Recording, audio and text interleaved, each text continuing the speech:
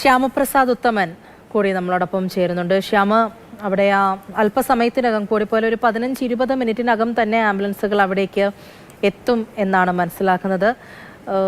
എങ്ങനെയാണ് അവിടുത്തെ മറ്റ് ക്രമീകരണങ്ങളൊക്കെ തന്നെയും? കാരണം അല്പസമയം മുമ്പ് ഷഹീദ് നിന്നപ്പോഴത്തേക്കും അനൗൺസ്മെന്റ് ഒക്കെ ഉണ്ടായിരുന്നു, നിർദ്ദേശങ്ങളൊക്കെ പാലിക്കണം, കാരണം അത്രത്തോളം ആൾക്കാർ അവിടേക്ക് ഇപ്പോഴും എത്തുന്നുണ്ട്.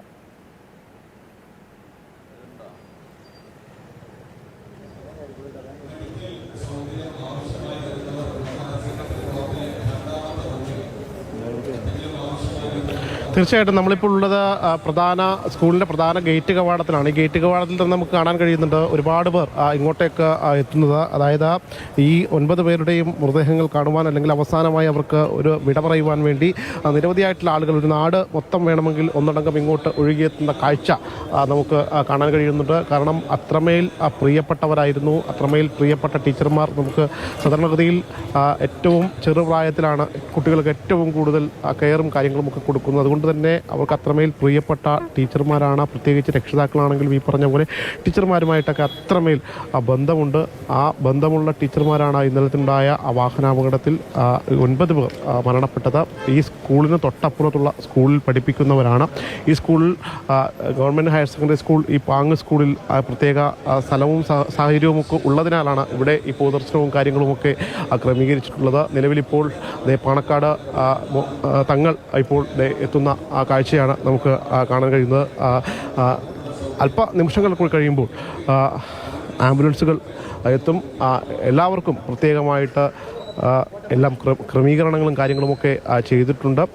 അവിടെയാണ് കുട്ടികൾക്കും അതോടൊപ്പം തന്നെ അധ്യാപകർക്കും അതോടൊപ്പം തന്നെ ഇവിടെ എത്തിയിരിക്കുന്ന നാട്ടുകാർക്കുമൊക്കെ ഈ മരിച്ച അധ്യാപകരെ ഒരു നോക്ക് കാണുവാൻ വേണ്ടി അവിടെ ഈ അന്തിമോപചാരം അർപ്പിക്കുവാൻ വേണ്ടിയിട്ടുള്ള എല്ലാ കാര്യങ്ങളും ക്രമീകരിച്ചിരിക്കുന്നത്. വിദ്യാർത്ഥികളെ എല്ലാം തന്നെ നേരത്തെ തന്നെ എത്തിച്ചിട്ടുണ്ട്. നേരത്തെ തന്നെ ഇവിടെ എത്തിച്ച്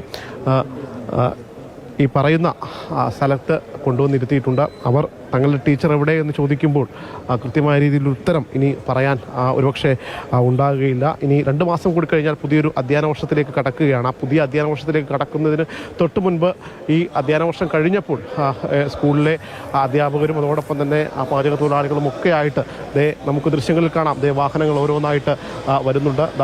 തൊട്ട് മുമ്പേ പോലീസ് വാഹനം വന്നു. ആദ്യ ആംബുലൻസ് കടന്നു വരികയാണ്.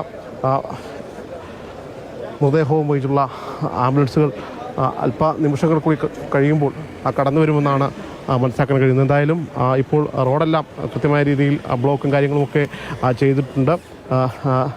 ഉടൻ തന്നെ ഇങ്ങോട്ടേക്ക് ഈ വാഹനങ്ങൾ ഇപ്പോൾ എത്തിച്ചേരും എന്നാണ് അറിയാൻ കഴിഞ്ഞിട്ടുള്ളത്. ഏതായാലും ഈ നാട് മുഴുവൻ ഒന്നടങ്കം ഈ സ്കൂളിലേക്ക് എത്തുന്നുണ്ട്.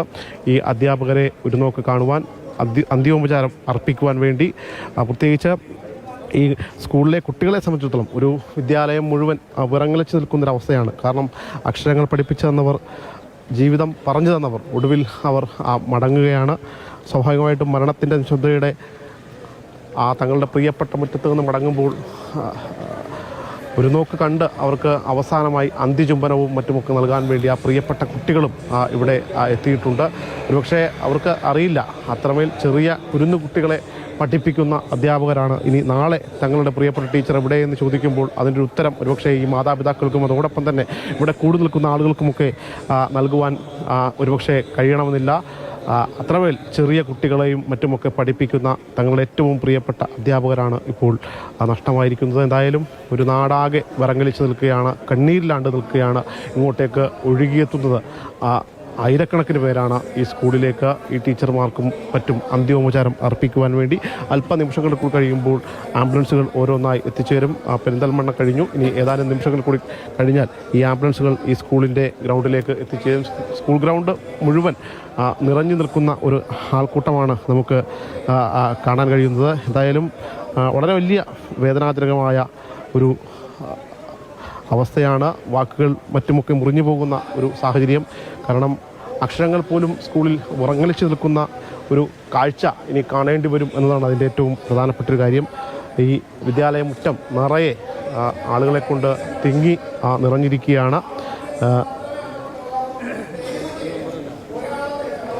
ഈ കഴിഞ്ഞ ദിവസം വരെ ഈ കുരുന്നുകളുടെ കുഞ്ഞ് പരിഭവങ്ങളും മറ്റുമൊക്കെ കേട്ടിരുന്ന ആളുകളാണ്, അവരാണ് ഇപ്പോൾ ഇല്ലാതായിരിക്കുന്നത്. സ്വാഭാവികമായിട്ടും അവർക്കിനി ആരോട് ഈ പരിഭവങ്ങളും കാര്യങ്ങളും ഒക്കെ പറയേണ്ടി വരും എന്നതും ഒരു ചോദ്യമായിട്ട് നിലനിൽക്കുകയാണ്. എന്തായാലും ആ കുട്ടികളടക്കം ഇവിടെ എത്തിച്ചേർന്നിട്ടുണ്ട്. ഒരു നാട് ഒന്നാകെ ഈ സ്കൂളിലേക്ക് വന്ന തങ്ങളുടെ ആ പ്രിയപ്പെട്ട അധ്യാപകർക്ക് ശരി ശ്യാം, അല്പസമയത്തിനകം തന്നെ ആംബുലൻസുകൾ സ്കൂൾ കോമ്പൗണ്ടിലേക്ക് എത്തുന്നതായിരിക്കും.